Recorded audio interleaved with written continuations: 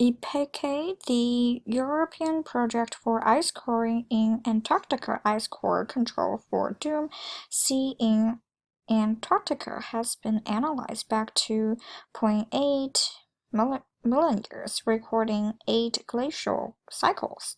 Until 430,000 years, the interglacial occupied a large fraction of each cycle, but were less warm than the subsequent ones.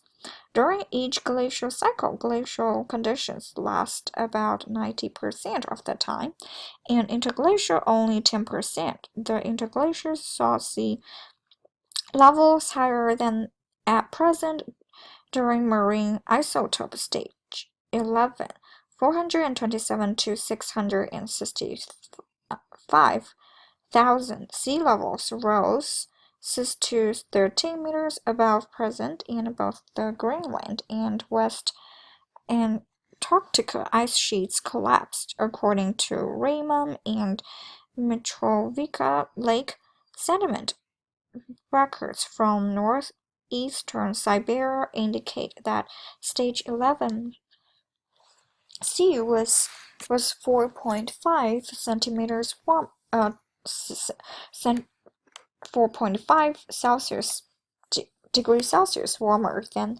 the Holocene. In the last Emin interglacier that peaked around 125,000, New York puts the sea level at least 6.6 million above today, according to Cope et al., implying that the West Antarctica ice sheet disappeared.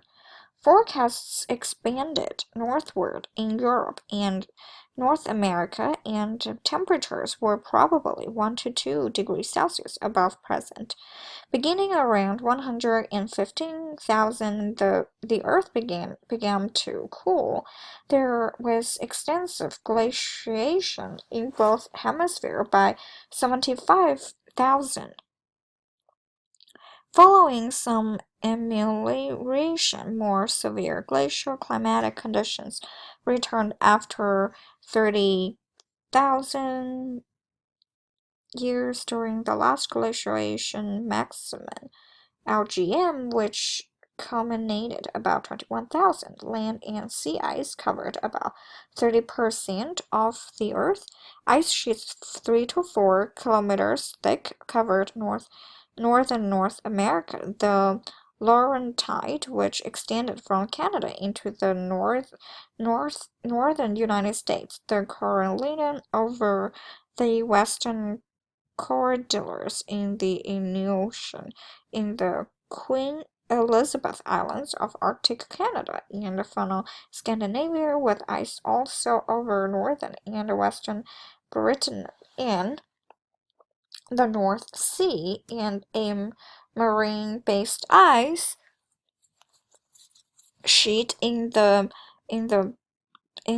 Barents Sea. However, in Northern Asia, there was only local ice covered due to the extreme dryness.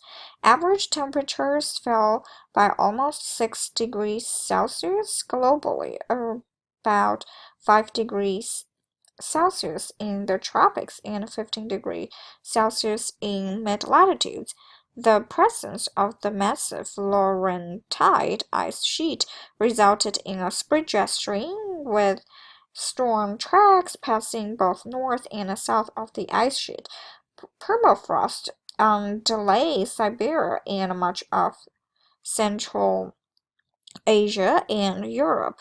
The sea level dropped by about 130 meters due to the volume of water locked up in the ice sheets, exposing vast continental shelves in the Arctic Ocean, Bering Sea, North Sea, and the seas between Australia and Indonesia.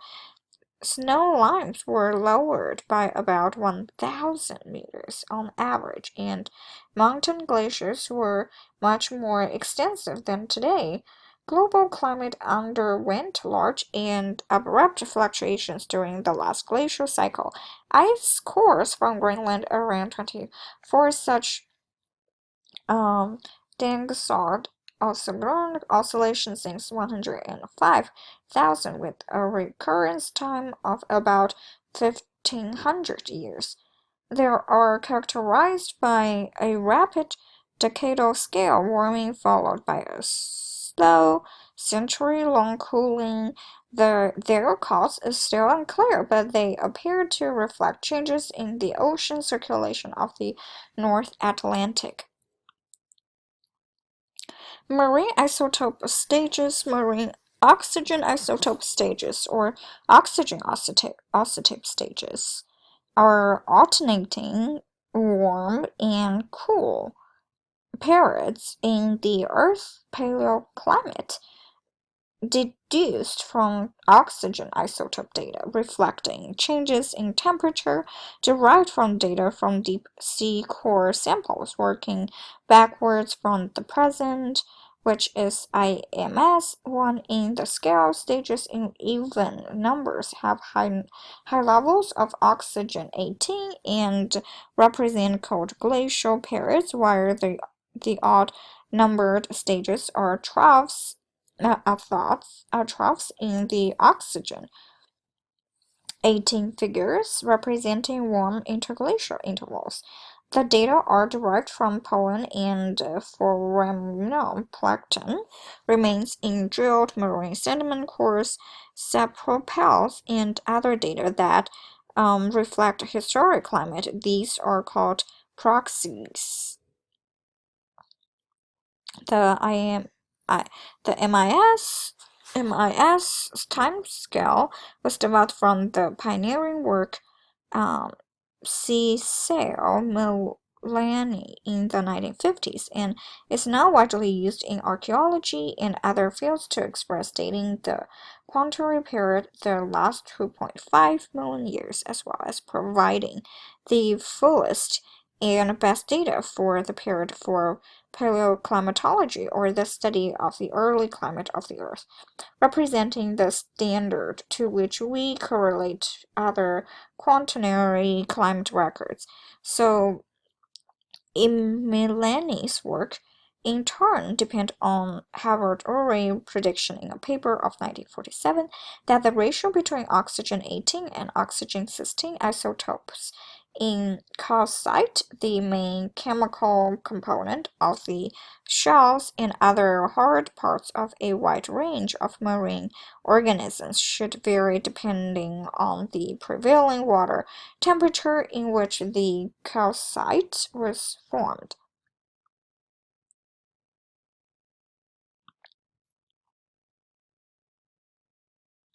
So these marine isotope stages, MIS, are a numbering system for glacial and interglacial intervals developed by Cicely Melanie in the 1950s and Nicholas Charlton in 1967. Odd numbers are interglaciers, beginning with MIS 1 for the present Holocene period. Even numbers are glaciers, beginning with MIS 2 for the last glaciation that started around 24,000. They are determined from oxygen isotope records in marine for Foraminifera plankton species that are highly made up of calcium carbonate. When they die, the forams sink to the seabed and are incorporated in the marine sediments. High oxygen 18 in marine organisms represents cold intervals, and low oxygen warm intervals. In an Berger model, the contribution of greenhouse gases and incoming solar radiation insulation to the climate of past interglacials, they find that greenhouse gases play a dominant role in the variations of the annual mean temperature of both the globe and southern high latitudes, whereas insolation plays a dominant role in the variations of precipitation and of northern high latitude temperatures and sea ice. The relative importance of GHGs and insolation for the intensity of warmth varies from one interglacial to another. For the warmest, that is MIS 9,334 to 302,000, and MIS 130 to 72,000, and coolest MIS 17, 712, 660,000, and MIS 13, 528, 475 can interglaciers. Greenhouse gases and insolation reinforce each other. MIS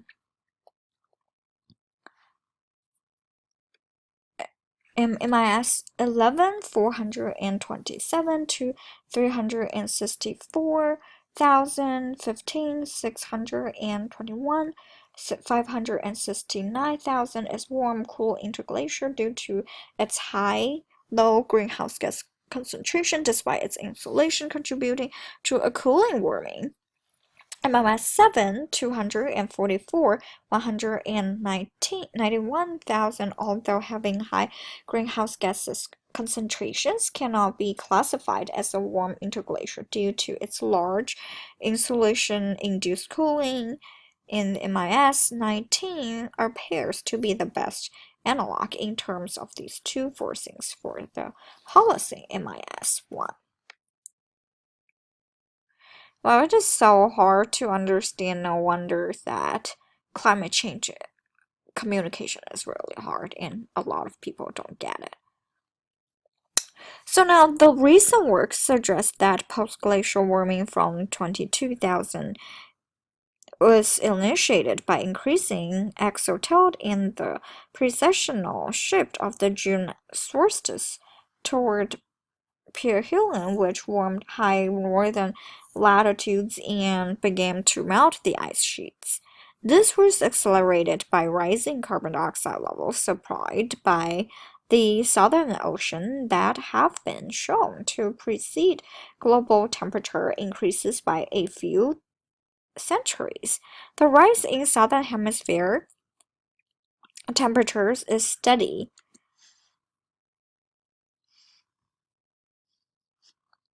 while those in the Northern Hemisphere dip around 17,000 and 12,500 as a result of a weakening of the Atlantic meridional overturning circulation. The general warming trend after the LGM was interrupted by the abrupt younger dryers cold interval around 12,800 to 11,500 calendar years ago, when glacial-like conditions briefly returned. In association with changes in ocean surface temperatures, it is thought that these were the result of a significant reduction or shutdown the North Atlantic's meridional overturning thermohalo circulation in response to a sudden massive influx of freshwater from glacial Lake Agassiz near the modern Great Lakes, which was damped up by the Laurentide ice sheet and the deglaciation of North America, that resulted in massive iceberg calving. And this image shows the extent of glacial ice in the North Polar area during the Paleocene period during the vast Laurentide ice sheet in eastern North America, and the Barnes ice cap containing remnants of the Laurentide ice sheet.